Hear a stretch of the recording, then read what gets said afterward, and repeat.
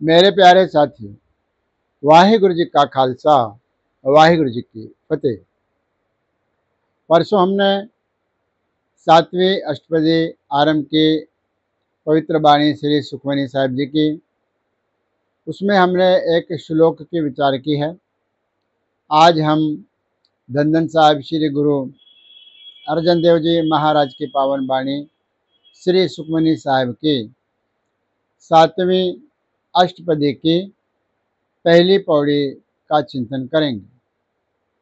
गुरु महाराज इस पौड़ी में फरमान कर रहे हैं, साध के संग मुख उज्जवल होत। साध का अर्थ है जो संत है, साधु है, और जो अध्यात्म के मार्ग पर चलकर कहीं पहुंच गया है वो साध है। साध का अर्थ साधु भी है और संत भी है। गुरुदेव जी कथन करते हैं साध का संग, और साध का संग का अर्थ है सत्संगत भी होता है। सत्संगत में आकर या साधु के संगत में आकर के जीव का जो मुख है वो उज्जवल हो जाता है। उज्जवल का अर्थ यहाँ पर पवित्र हो जाता है, और पवित्र का भाव कि फिर वह कोई गलत काम नहीं करता, केवल परोपकार के काम करता है, जिससे उसका जो मुख उज्जवल होता है। उज्जवल का अर्थ है उसको समाज में मान प्राप्त होता है, इज्जत प्राप्त होती है। फिर कहते हैं साध संग मल सगली खोत। साध का संग, साधु का संग, संत का संग या सत्संग, सत्संगत में आकर के मल, पापों और विकारों रूपी जो मल है, मैल है, हमारे हृदय को लगी हुई, वह सगली खोत। सगली का अर्थ है सारी जो मैल है, जो विकारों से जमा हुई है, जो हमारे हृदय पटल पर है, जो हमारे बुद्धि के पटल पर है, वह खोत। खोत का अर्थ है वह सब चली जाती है, खत्म हो जाती है, समाप्त हो जाती है। फिर कहते हैं साध के संग मिटे अभिमान। साधु के संगत करने से या सत्संगत में चल के आने से या संत के संगत में रहने से मन का जो अभिमान है, अभिमान का अर्थ अहंकार है, जो हम नहीं हैं वो हम दर्शाते हैं, तब अहंकार का जन्म होता है। और मिटे अभिमान, अगर हम साधु के संगत में रहेंगे, साध संगत में रहेंगे, गुरुद्वारे आकर के संगत में बैठेंगे, तब फिर हमारा अभिमान जो है वह धीरे धीरे चला जाता है, मिट जाता है। मिटा अभिमान, अभिमान चला जाता है। फिर कहते हैं साध के संग प्रगटे सो ज्ञान। साधु के संगत में रहने से, संत के संगत में रहने से या साध के संगत में रहने से मन के अंदर सो ज्ञान, सो ज्ञान जो श्रेष्ठ ज्ञान है, जो ब्रह्म का ज्ञान है, वह प्रगट है, वह प्रकट हो जाता है हमारे हृदय के अंदर। साध का संग करने से वह प्रभु का जो श्रेष्ठ ज्ञान है वह प्रकट होता है हमारे हृदय में और हमारे बुद्धि में। फिर कहते हैं साध के संग बुझे प्रभ नेरा। साधु की संगत करने से बुझे, बुझे का अर्थ है वह व्यक्ति जानता है, वह जो इस मार्ग पर चल रहा है, जो अध्यात्मवेत्ता है, जो इस मार्ग का राही है, वह साधक जिसको हम कह सकते हैं, वह बुझे, बुझे यानी जान लेता है। क्या जान लेता है? प्रभ नेरा, वह प्रभु मेरे पास ही है। प्रभु को नेरे अर्थात प्रभु को अपने पास और करीब जान लेता है। नेरा का अर्थ है बहुत पास में। प्रभ नेरहू ते नेरा, प्रभु जो है वह हमारे नजदीक से भी नजदीक है। जितना हम नजदीक सोच सकते हैं वह उससे भी नजदीक है, वह उससे भी पास है। फिर कहते हैं साध संग सब होत निबेरा।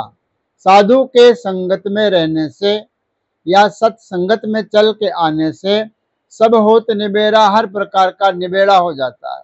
फिर कोई प्रश्न नहीं रहता, फिर कोई समस्या नहीं रहती, हर प्रकार का निबेड़ा, हर प्रकार के समस्याओं का निबेड़ा समाधान हो जाता है अगर हम साध के संगत में रहते हैं। फिर कहते हैं साध के संग पाए नाम रतन। उस प्रभु के नाम का जो रतन है, नाम रूपी जो रतन है, वह प्राप्त हो जाता है। कैसे? साध के संग, साधु की संगत में रहने से या संगत में चल के आने से प्रभु का जो नाम रूपी रतन है वह हमें प्राप्त हो जाता है, वह हमारे झोली में आ जाता है। फिर कहते हैं साध के संग एक ऊपर जतन।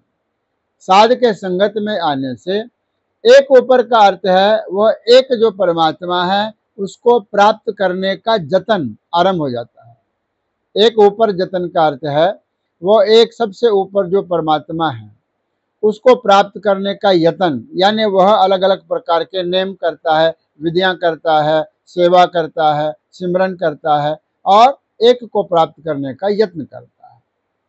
फिर कहते हैं साध के महिमा बरने कौन प्राणी। ऐसे साधुओं की ऐसे संतों की या सत्संगत की जो महिमा है वह कौन वर्णन कर सकता है। बरने कौन प्राणी, किसी के अंदर इतनी शक्ति नहीं है, इतनी शब्दावली नहीं है, ऐसी कोई भाषा नहीं है जिसके माध्यम से हम साध की महिमा कर सकते हैं। क्योंकि गुरबाणी में यहाँ तक कहा गया है साध की जो महिमा है वो वेद भी नहीं जानते, शास्त्र भी नहीं जानते, साधु की ऐसी महिमा है। साध की महिमा वर्णे कौन प्राणी, कौन प्राणी इसको वर्णन कर सकता है, अर्थात कोई नहीं कर सकता। फिर अंत में कहते हैं नानक साध की शोभा प्रभ माहे समानी। गुरु नानक देव जी के नाम की मोहर ला करके पंचम पातशाह फरमान कर रहे हैं कि साध की शोभा, वह साधु की जो शोभा है, संत की जो शोभा है, उसकी जो महिमा है वह कहाँ पर है। कहते हैं प्रभ माहे समानी, वह महिमा प्रभु की महिमा में ही साधु की महिमा समाई हुई है, अर्थात दोनों की महिमा एक है। साधु की भी महिमा करे तो प्रभु की महिमा करने जैसा है, साधु की निंदा करे तो परमात्मा की निंदा करे जैसा ही है। इसलिए साधु की महिमा को हम शब्दों में बखान नहीं कर सकते। उसकी महिमा प्रभु माहे समानी, उस परमात्मा के अंदर ही साधु की जो महिमा है वो समायमान होती है, एक समान है। इसलिए जब हम साधु को भी नमस्कार करें तो वह प्रभु को ही नमस्कार होता है। ये पहली पौड़ी की विचार। दूसरी पौड़ी के विचार हम परसों करेंगे। आज इतना ही। धन्यवाद।